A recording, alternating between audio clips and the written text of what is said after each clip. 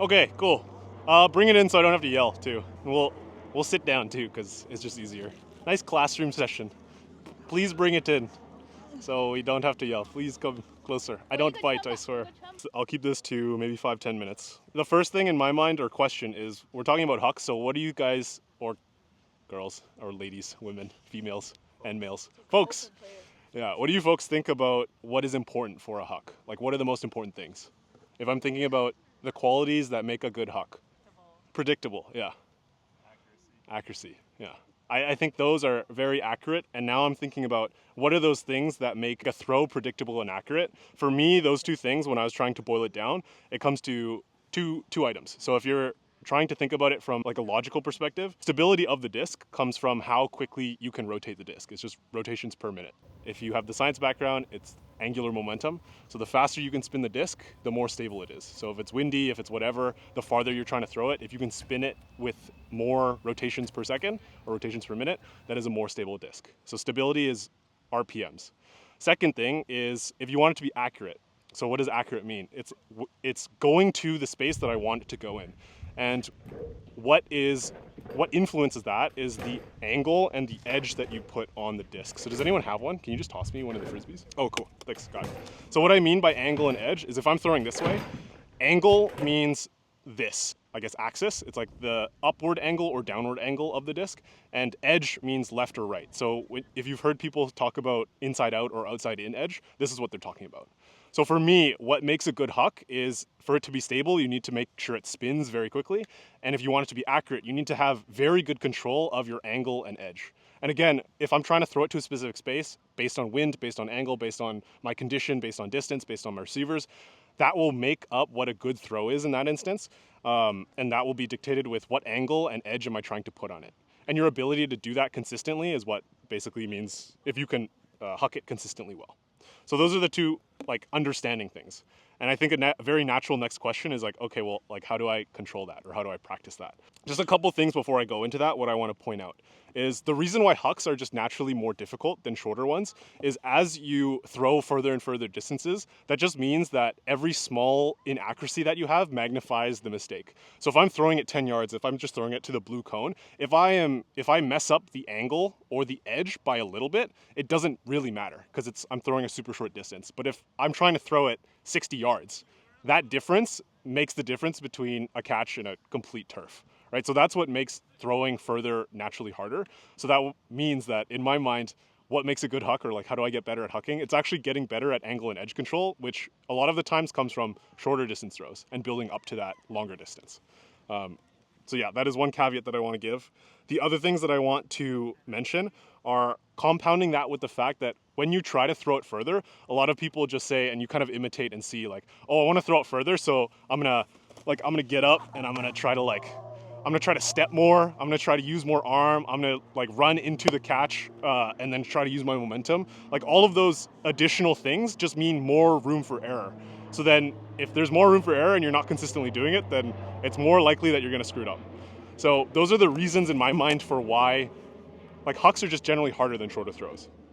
So again, we'll come back to RPMs, what makes a good throw, high like rotations per minute or a lot of spin on the disc, and second being edge and angle control. That's what I'll consistently talk about a lot of the time. So now we get to, okay, well what are the key things or practical things that you can do or think about to get better with your ability to impart spin on the disc or make it spin faster, and also practice edge and angle control. So these are the things that come to my mind first, and that when I've been working with a lot of people on their base skills, these are the first things that I think about and look at, and this is what I'll be doing too when we go through these drills and watching you and giving you feedback on.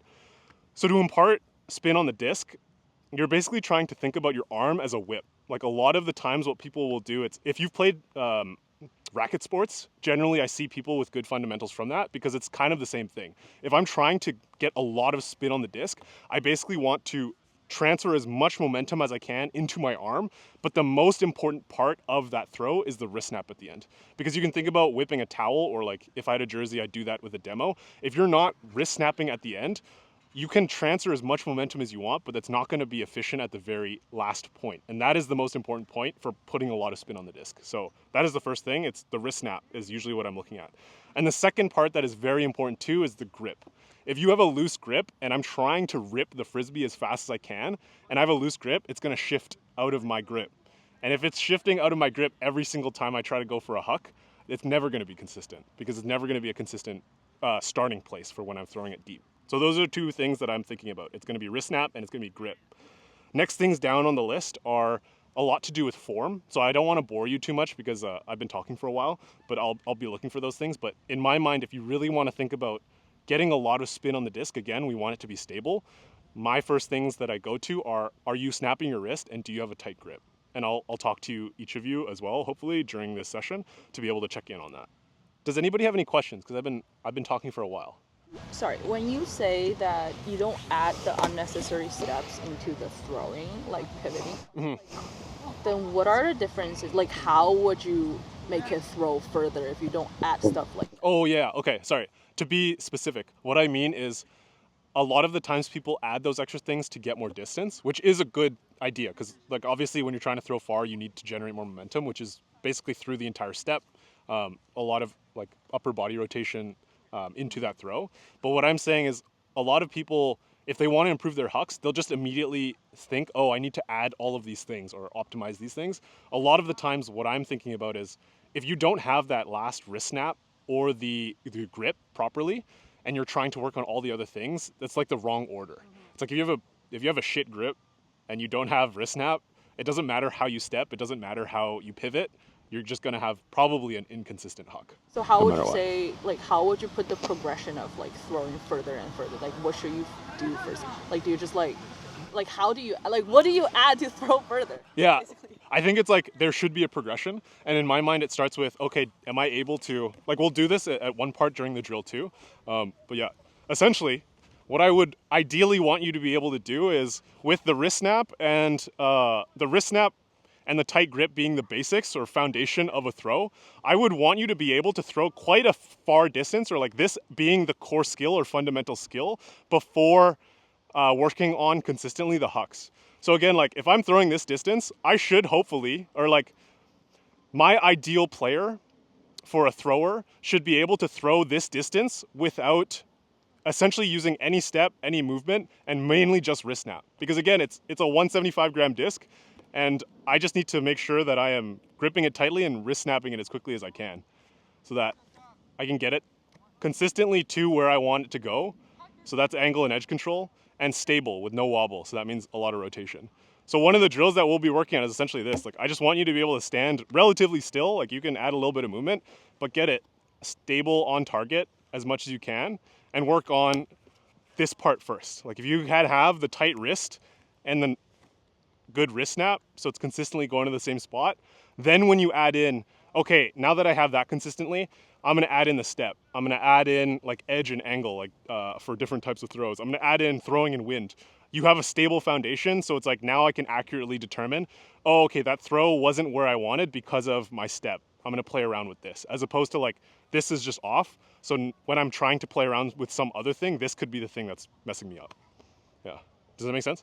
That's a great question though, yeah. With that in mind, so again, I'll just recap and I'll write it down so it's all nice and comfy, and then we'll get into our dynamic warm-up. But essentially, my thoughts are important. And I'll leave this on board too if you want to come back to reference. For hucks is 1, rotation. 2, and I'll go up arrow, angle edge control.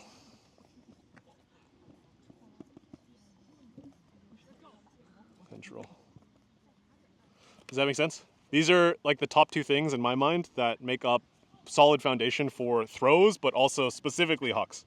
If you can have good rotation and you have good angle and edge control, you should have very little difficulty with throwing long distances. And in my mind, after that, the practical thing, practical is 1, tight grip, and wrist, I can't spell, wrist, snap. And then 2, angle edge control is just reps, unfortunately. Yeah, so these are the 2 things. The 2 most important things in my mind for throws and hucks, and then afterwards the 2 most important things for improving those first 2 things. It is rotation on the disc, getting that as high as possible, and improving your angle and edge control. And in order to practically work on that, it's just tight grip and a wrist snap. That is the most important thing in my mind. And then the second thing to work on angle edge control is just reps. And we'll talk about that when we get into the drill, because I could describe it, but I've been talking for a while, so it's all good. All good? Okay, that is about 10 minutes of talking, so I didn't lie. Yeah, we'll start with a dynamic warm-up and we'll get into our drills.